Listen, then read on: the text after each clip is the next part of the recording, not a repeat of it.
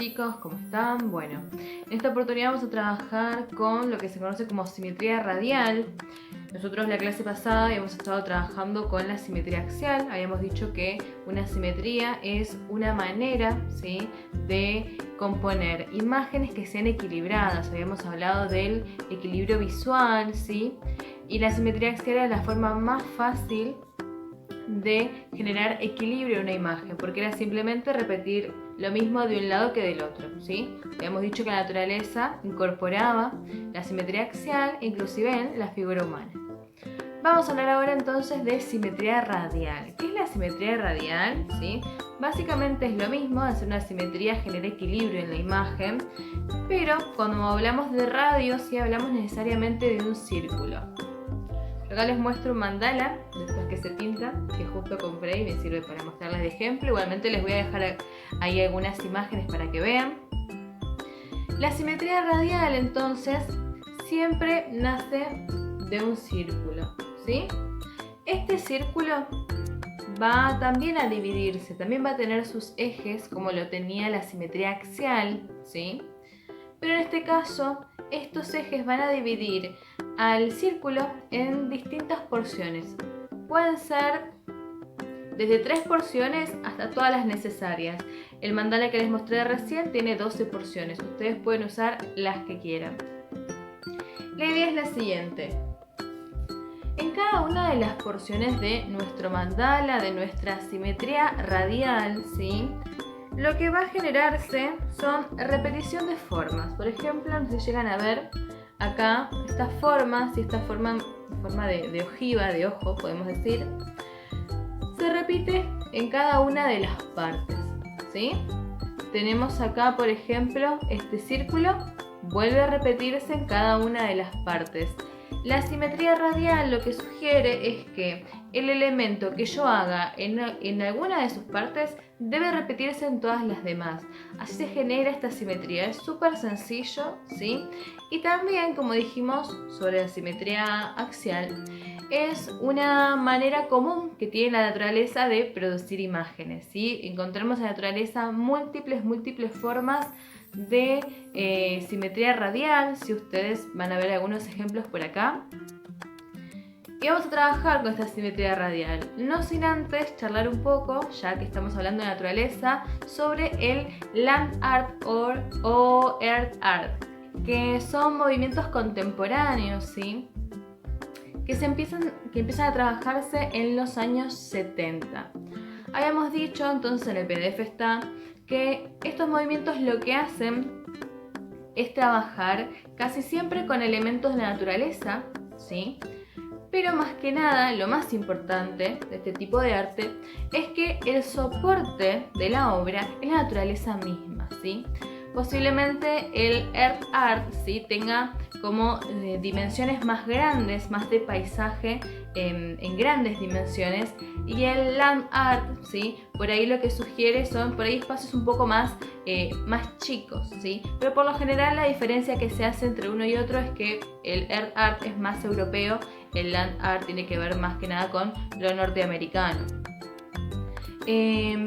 Entonces, lo importante de estas obras, ¿sí?, no es tanto por ahí la materialidad, porque muchas veces se utilizan otro tipo de materiales, pero sí el soporte. El soporte siempre es la naturaleza misma, siempre es el espacio abierto.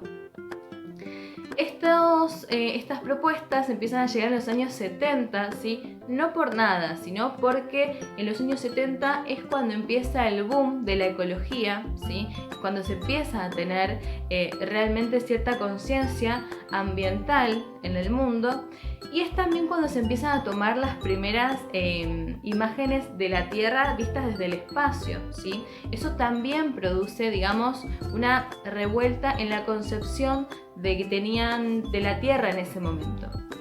Una de las obras más famosas es Spiral Jetty de Robert Smithson. Sí, les voy a dejar una imagen ahí para que vean.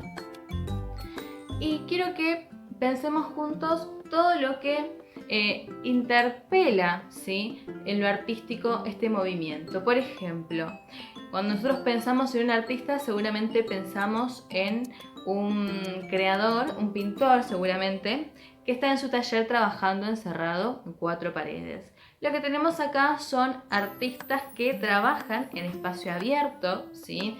Y no solamente eso, sino los materiales. Nosotros cuando vamos a un museo tenemos muchas veces, no todos los museos claramente, tenemos obras que son de materiales nobles, si se quiere. ¿Qué quiere decir con materiales nobles?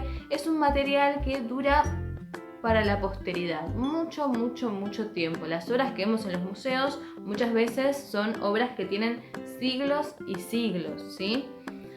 En este movimiento lo que vemos es que es imposible sostener esa obra en el tiempo. ¿Por qué motivo? Si llega a llover, eso se pierde. Corre un viento fuerte, eso se pierde.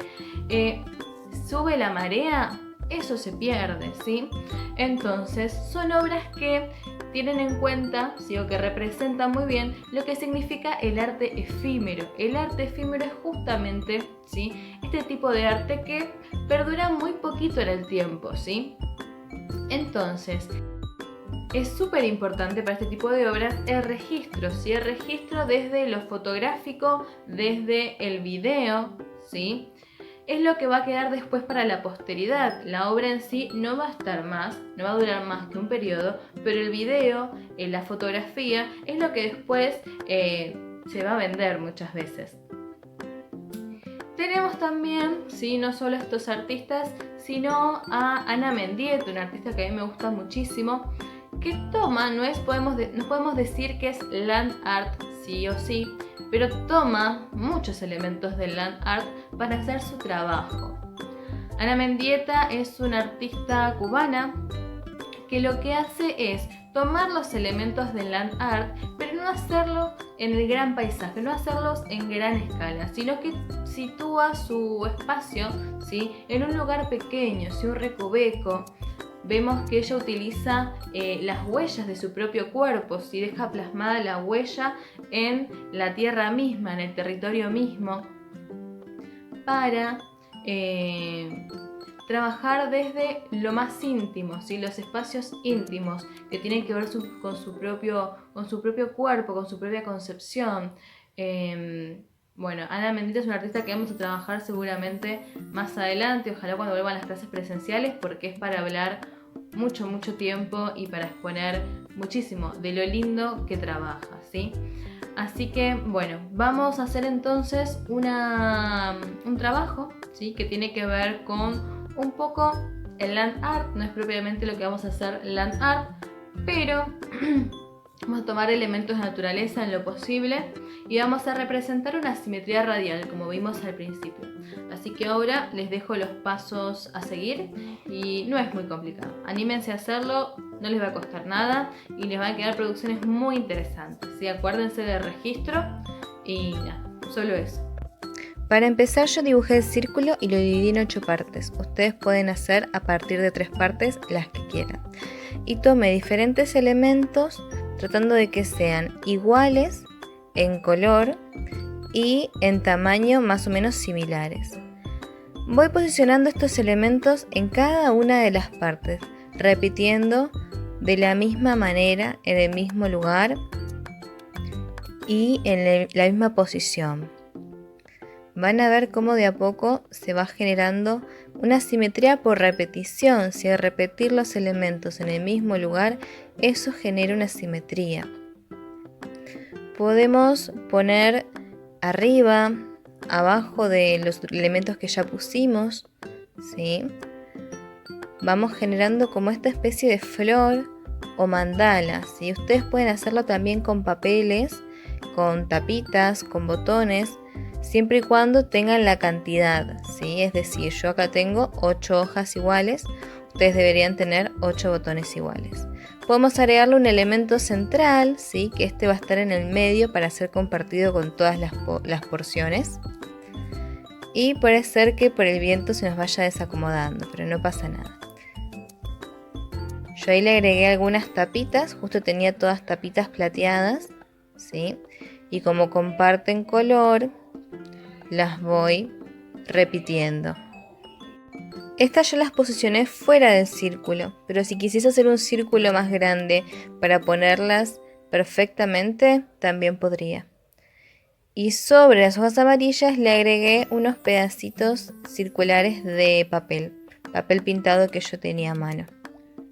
Es una actividad muy sencilla. Después de esto le sacan foto y queda registro. Una vez que saquen la foto lo pueden desarmar o pegarlo sobre la hoja si así prefieren. Bueno, espero que no hayan visto que es una actividad muy complicada, porque la verdad que no lo es bastante sencilla. El círculo con sus divisiones lo pueden hacer con cualquier cosa. Yo no tenía compás, lo hice con un tacho que tenía en casa y más o menos vi el centro, después dividí con una regla. Les recomiendo que lo hagan, porque al momento de superponer las cosas íbamos perdiendo el eje si no sabemos bien cómo acomodarlo, ¿sí? Si no lo pueden hacer por alguna cuestión, no lo hagan, pero tratemos de mantener la simetría, así que es lo importante en este trabajo. Les mando un beso enorme y saben, cualquier consulta estoy en el WhatsApp, en el mail, donde ustedes prefieran mandarme un mensaje, ahí estoy. Así que les mando un beso grande y que tengan buena semana.